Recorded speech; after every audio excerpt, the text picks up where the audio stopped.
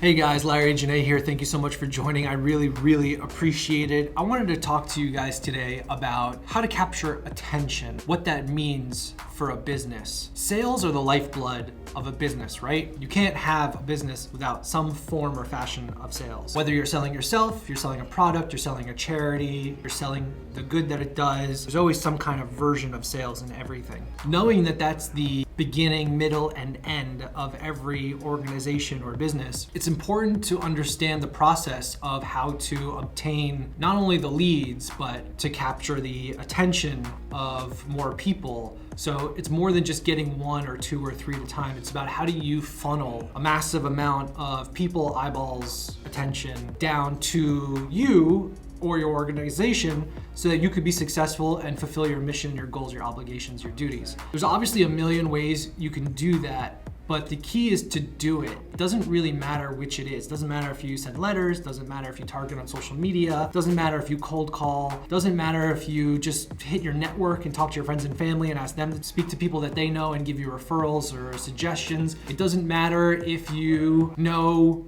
the president, CEO, founder of every major commercial real estate firm in the world. It doesn't matter where you are, what you're doing, what you're focused on. It just matters that you're doing it. And it's key to be out there being aggressive and making it happen. I'm a big fan of doing everything, right? I reach out to those principals, founders, and CEOs. I send letters. I target on social media through organic and paid ads. We cold call like animals all the time. We are trying to fill our vacancies by farming different databases like CoStar and other things, which I know a lot of you guys out there do, and try and get rolling tenants to fill your buildings, just like we do. I'm a big fan of doing everything and having multiple verticals or tentacles, if you will, out there, and every once in a while one will get pinged, and then it's our responsibility to grab that and bring it in and make sure it gets executed on efficiently and appropriately. The real key here is that you have to be out there doing something. You don't have to do everything like we do, but you have to do something. And if you're coming in at 9 and you're leaving at 5 and you're not really focused and you don't have a plan or strategy or intent behind what you're doing, it's gonna be a long-term fail because you only get out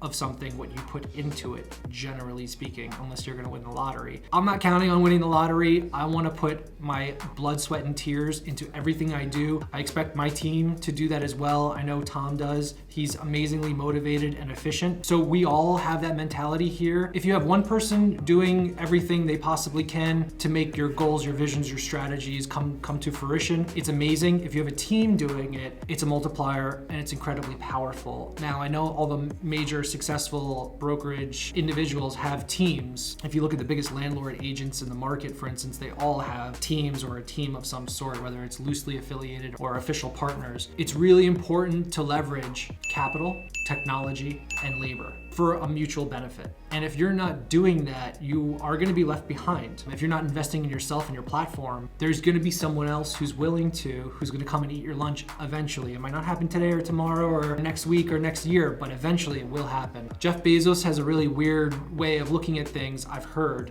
And what he says is, what's gonna be putting me out of business in 10 years or something to that effect? And I think about that a lot. What is gonna come up behind me and put me out of business? And how can I prepare for that? You can't always prepare for everything, but there are things you could do to mitigate total disaster. And we have strategy sessions around that, at least once a year, if not twice. And I'm constantly thinking about it and pivoting every day in our business. This is just a kind of a general video to make sure that people are out there and they're motivated, they have a plan, they have a strategy, they have intent, that they leverage technology, capital, and labor for mutual benefit, and that you're out there getting it done and hungry and making it happen. And if you're not, and you feel like you're kind of wavering and things aren't going the way you want, give me a call.